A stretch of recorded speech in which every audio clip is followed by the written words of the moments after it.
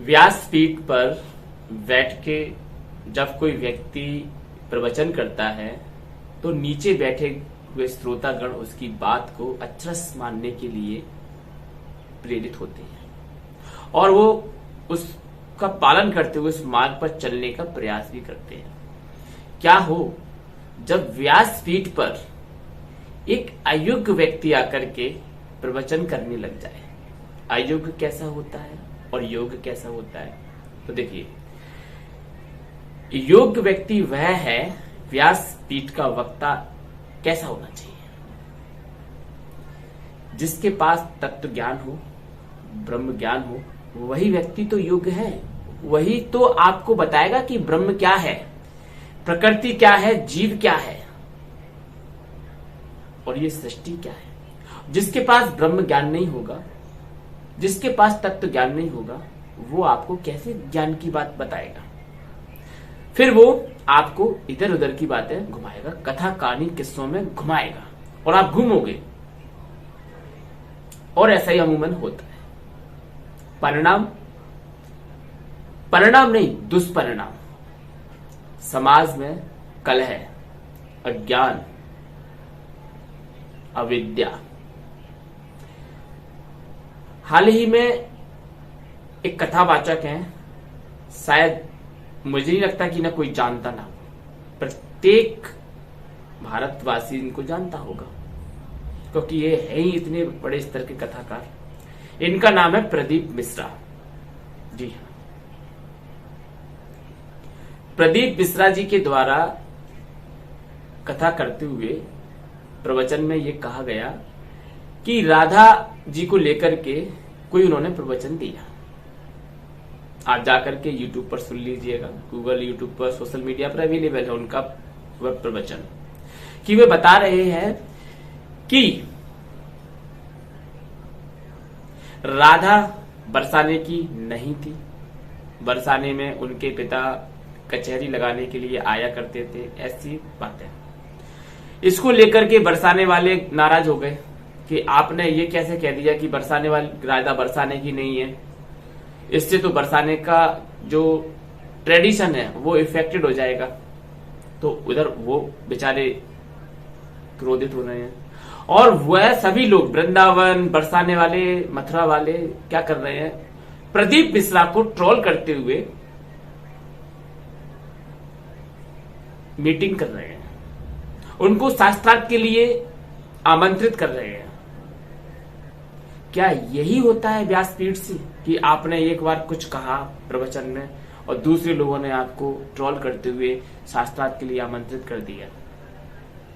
तो मैं यही कहना चाहता हूं कि व्यासपीठ का दुरुपयोग होगा तो ऐसे इवेंट्स समाज में, सोसाइटी में होंगे और हमें देखने को मिलेंगे।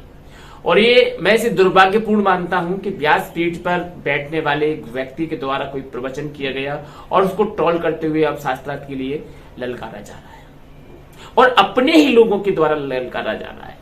ये बहुत ज्यादा पीड़ा देने वाला मुझे प्रतीत होता है। तो मित्रों, ये एक प्रदीप मिश्रा ही नहीं है, अनिरुद्धाचार्य। अरे आप व्यासपीठ पर ज्ञान की चर्चा करने के लिए आए हैं कि अनर्गल बकवास करने के लिए आए हैं? हाँ, आप कहोगे यार तुम उनका तो इतना ग्लैमर है, तुम्हारा क्या है? तुम इस कैमरे के सामने बैठ के यहाँ थोड़ा बोल गए और तुम्हारे तो फॉलोवर्स भी नहीं है, तुम्हारी फैन फॉलोइंग भी नहीं है, तुम उनको इतना कैसे कह सकते हो? भैया, ज्ञान के लिए फॉलोवर्स और फैन फॉलोइंग इंपॉर्टेंट नहीं होती, स्थान इंपॉर्टेंट नहीं होता, सीट इंपॉर्टेंट नहीं होती, पहनावा गेटअप इंपॉर्टेंट नहीं होता, परिवार इंपॉर्टेंट नहीं होता। ज्ञान के लिए इंपॉर्टेंट होता है व्यक्ति की जिज्ञासा, व्यक्ति के अंतःकरण की सामर्थ्य।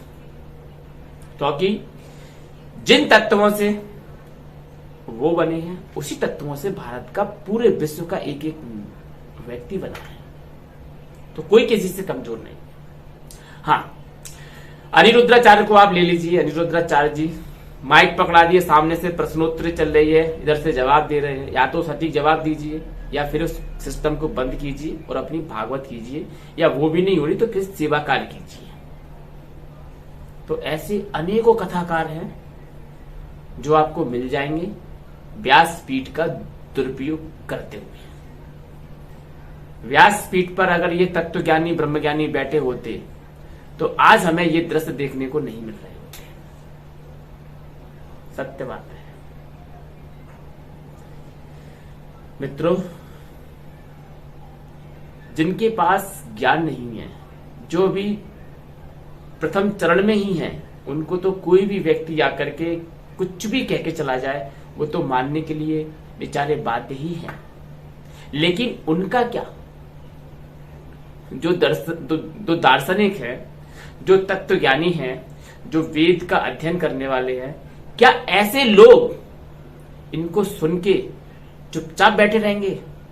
अगर वे चुपचाप बैठते हैं तो फिर उनका अध्ययन करना, उनका दार्शनिक होना, ये सब व्यर्थ हो जाएगा। उन्हें रोकना होगा, उन्हें ट्रोल करना होगा, उन्हें बताना होगा कि मार्ग पे आ जाओ, कुमार्ग पे चलना बंद कर दो। क्योंकि व्यासपीठ सार्वजनिक पीठ है, किसी की व्यक्तिगत पीठ नहीं है। इसलिए उस सार्वजनिक ज्ञान की पीठ का रक्षा का दायित्व प्रत्येक बुद्धिजीवी का बनता है। मैं भगवान से प्रार्थना करता हूं कि हे ईश्वर, आप इन हमारे कथावाचकों को सद्बुद्धि देना, जिससे समाज का कल्याण का मार्ग प्रशस्त हो सके। जय श्री राम।